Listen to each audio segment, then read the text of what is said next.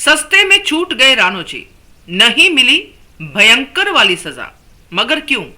नमस्कार दोस्तों, स्वागत है आपका आपके अपने चैनल हंग्री स्पिरिट्स में। हंग्री स्पिरिट्स देख रहे सारे दर्शकों का मैं अंजू शर्मा दिल से स्वागत करती हूँ।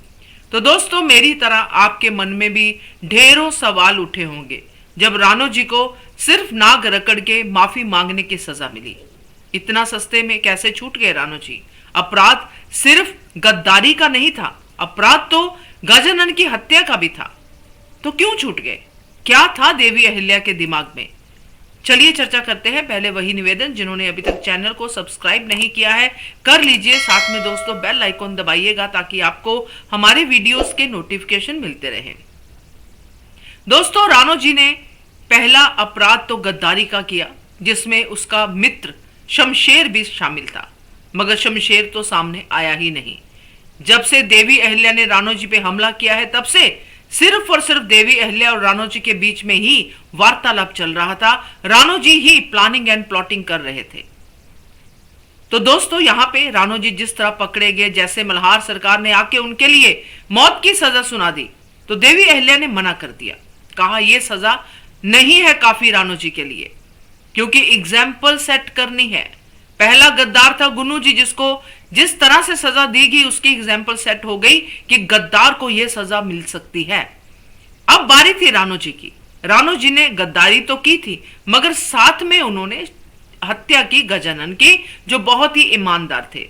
तो जब गजानन की पत्नी को देवी अहिल्या ने कहा कि निकालो अपना आक्रोश, इस जो अपराधी है, जो रानो जी है, जिसने तुम्हारे पति को मारा है, मारो इसको। तो वहां पे रानो जी का क्या डायलॉग था, आप सबने सुना होगा, ये तो एक मामूली औरत है, इससे मुझे मत पिटाई करवाइए, है ना, ऐसा ही कुछ था। बल्कि आप कीजिए ना, रानी है, रानी के हाथों से पिटाई होनी चाहिए। यानी कि तब भी रानो जी को अपनी गलती का एहसास नहीं था, तब भी उनकी हेंकड़ी चल रही थी। मगर जब मैंने ये सीन देखा तो मुझे गुन्नू जी को जो देवी अहिल्या ने मारा था डंडे से, वो याद आ गया। ऐसे ही उन्होंने अपना भी आक्रोश निकाला था गुन्नू जी के ऊपर और कहा था कि बाकी सजा तो जो होगी सो होगी, मगर जो मेरे मन में तुम्हारे लिए आक्रोश है वो तो मैं निकालूंगी। वही उन्होंने गजानन की पत्नी से करवाया।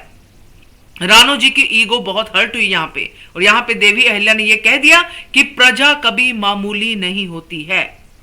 तो दोस्तों, अब बारी है कि क्यों रानो जी को इतने सस्ते में छोड़ दिया।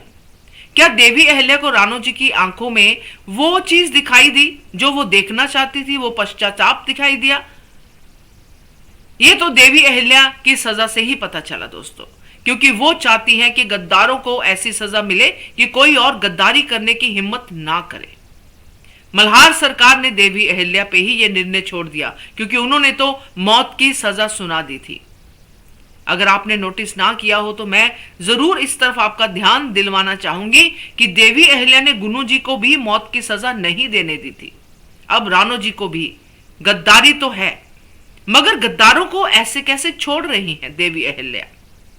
सबसे पहला कारण जो मेरे दिमाग में आता है दोस्तों, वो ये है कि अब देवी अहिल्या मौत की सजा किसी को भी नहीं देंगी, हर किसी को पश्चाताप करने का वो मौका देंगी, क्योंकि मौत की सजा उस इंसान के लिए तो एक झटके के लिए खत्म हो जाएगी जिसको वो सजा मिलेगी, मगर असली सजा मिलेगी बाकी परिवारजनों को।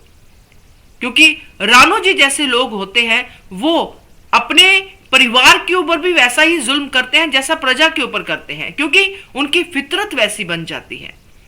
तो अगर रानो जी मर जाते हैं, रानो जी को मौत की सजा मिल जाती है, तो परिवार का क्या होगा, क्या उसकी पत्नी सती हो जाएगी। ये सब चीजें देवी अहिल्या के दिमाग में हो सकती हैं, और साथ में वो एग्जाम्पल सेट करना चाहती है कि अगर ईगो इतनी बड़ी हो जाए कि आप गद्दारी पर आ जाओ, तो आपको नाक रगड़नी पड़ेगी भाई। आपको मल्हार सरकार के परचम के नीचे ही अपनी बात कहनी पड़ेगी, उनके लिए वफादारी दिखानी पड़ेगी। इसलिए देवी अहिल्या ने यह कहा कि जो टुकड़े करते हैं मालवा के, अगर वो अब ये पश्चाताप नहीं करते हैं तो उनका भी एक हाथ और एक पैर काट दिया जाएगा, उनके भी टुकड़े कर दिए जाएंगे। ये साफ साफ इशारा था कि अगर माफी नहीं मांगी तो ये हाल हो जाएगा। तो इसीलिए सबके सब पांचों के पांचों गद्दार नाक रगड़ रहे थे और सबके सामने, प्रजा के सामने, जिसके सामने वो अपनी हेंकड़ी हाँक रहे थे, बार बार देवी अहिल्या को जो है कह रहे थे कि मैं हूं राजा, मैं हूं, अब ये सेंधवा को मैं चलाऊंगा, वही पब्लिक वहां पे खड़ी थी और उन्हीं के सामने इतनी बेइज्जती राणो जी की देवी अहिल्या ने करवाई।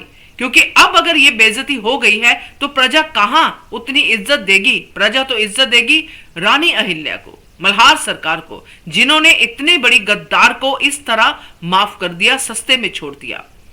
यही दिखाएगा उनका कंपैशन प्रजा के अंदर, यही निकालेगा प्रजा के अंदर से उनका जो भय, जो ऐसे राणो जी जैसे लोगों ने डाला हुआ है।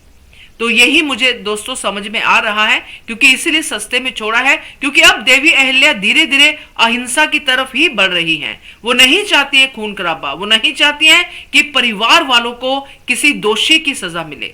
अगर किसी की गलती है, किसी का दोष है, तो सजा भी उसी को मिलनी चाहिए। प्रजा उसी के ऊपर उंगलियां उठाए जिसने वो गलती की है। जैसे गुन्नू जी के ऊपर अब तक भी उंगलियां उठाई जा रही होंगी जहां भी वो होंगे, और इसी तरह राणो जी और उनकी पब्लिक पार्टी जो है उनके ऊपर भी उंगलियां उठाई जाएंगी। तो मेरी तो यही दोस्तों थॉट प्रोसेस कहता है कि इसलिए सस्ते में छोड़ा है राणो जी को। आगे कितनी वफादारी निभाते हैं वो तो आगे देखना होगा, मगर फिलहाल तो उनकी आंखों में शर्म भी थी और पश्चाताप भी था।